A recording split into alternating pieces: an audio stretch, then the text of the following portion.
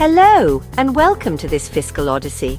We're about to unpack the provisional budgets for Phase 1 of Zotus City, a project so ambitious it makes a giraffe on stilts look non-committal. Now, we're talking billions here, folks, with a capital B. And while I know some people hear budget breakdown and their eyes glaze over faster than a Krispy Kreme at a Weight Watchers meeting, I promise you this is going to be interesting. Today we're diving headfirst into the financial nitty-gritty, exploring the key components and their associated costs, because transparency, my friends, is sexy. Let's get to it. All right, let's start with something we all need: water. You can't build a city in the middle of nowhere without summoning an oasis out of thin air, and that's where our desalination plant comes in.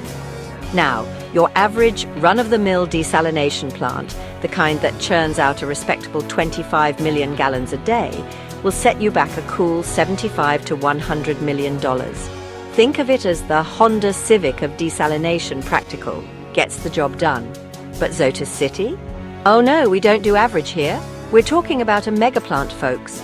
A veritable behemoth capable of quenching the thirst of a small nation, pumping out a staggering 130 million gallons per day. This, my friends, is the Lamborghini Urus of desalination, flashy, powerful, and with a price tag to match. We're looking at a budget of $300 to $750 million. And why the big range, you ask?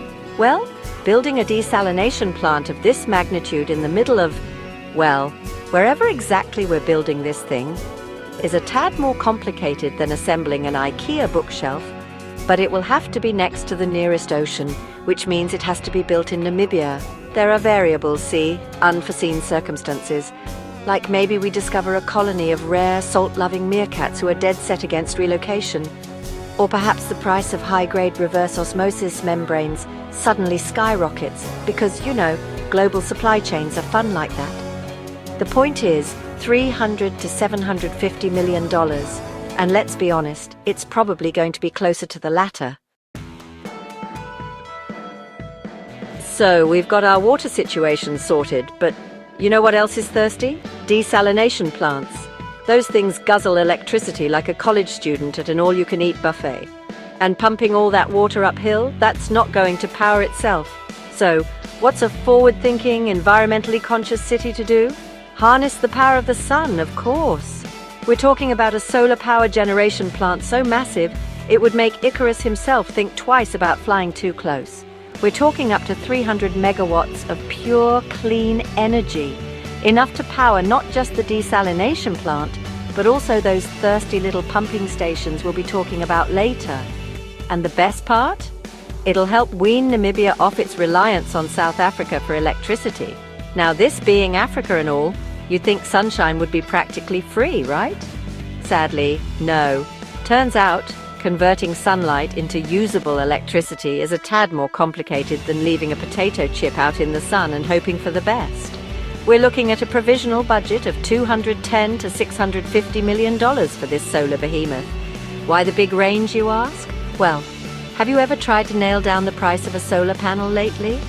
It's like trying to catch a greased weasel riding a unicycle on a roller coaster. The global supply chain is a fickle mistress, my friends, and the price of silicon, copper, and those little silver things that look like they belong on a robot's teeth.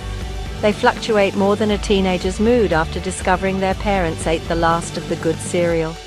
The main CSP solar power plant, planned to generate between 300 megawatts to 500 megawatts, will be built on the outskirts of Zotus City in Botswana, similar to the Noor solar plant in Morocco.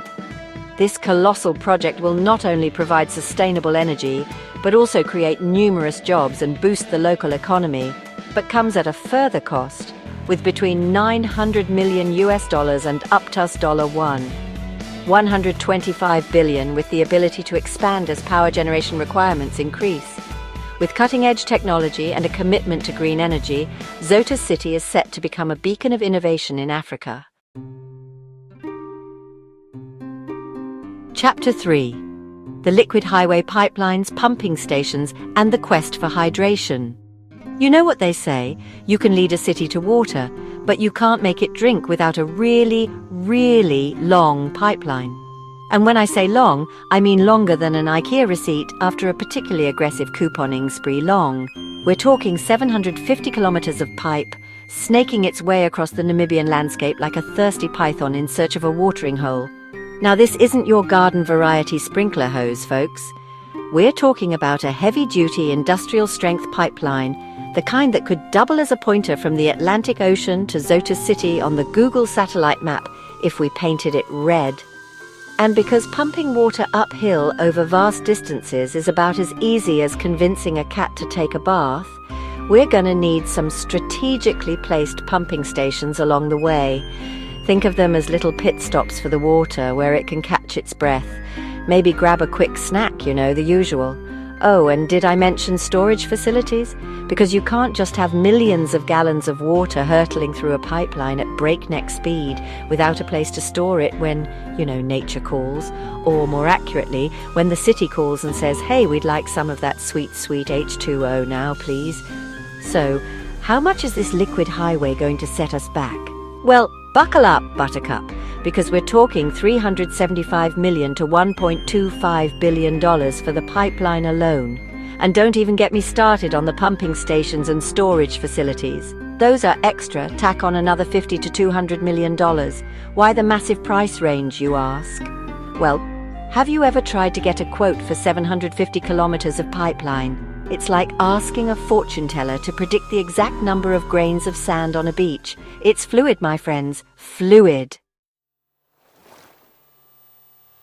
Chapter 4, Planes, Trains and Automobiles. Well, mostly just planes and automobiles. Zotus City's transportation network. Okay, so we've got water, we've got power. Now we need people to actually get to this utopian oasis we're building.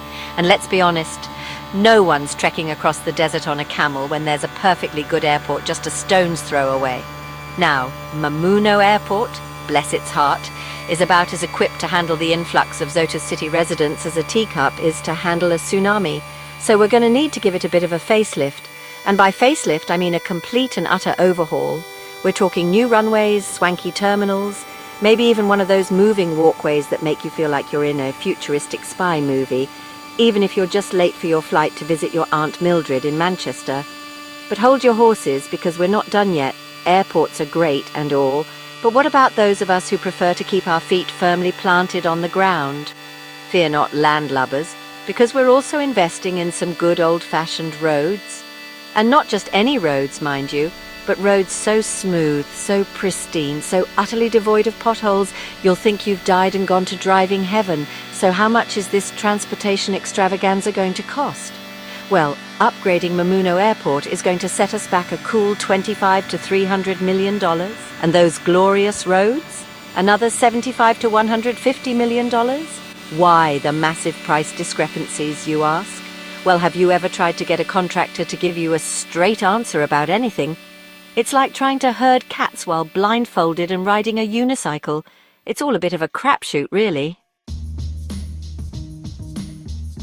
Chapter 5, The Contingency Conundrum and Other Financial Fun. All right, folks, we've covered a lot of ground here, from desalination to solar power to pipelines that would make a Roman aqueduct blush. But here's the thing about mega projects.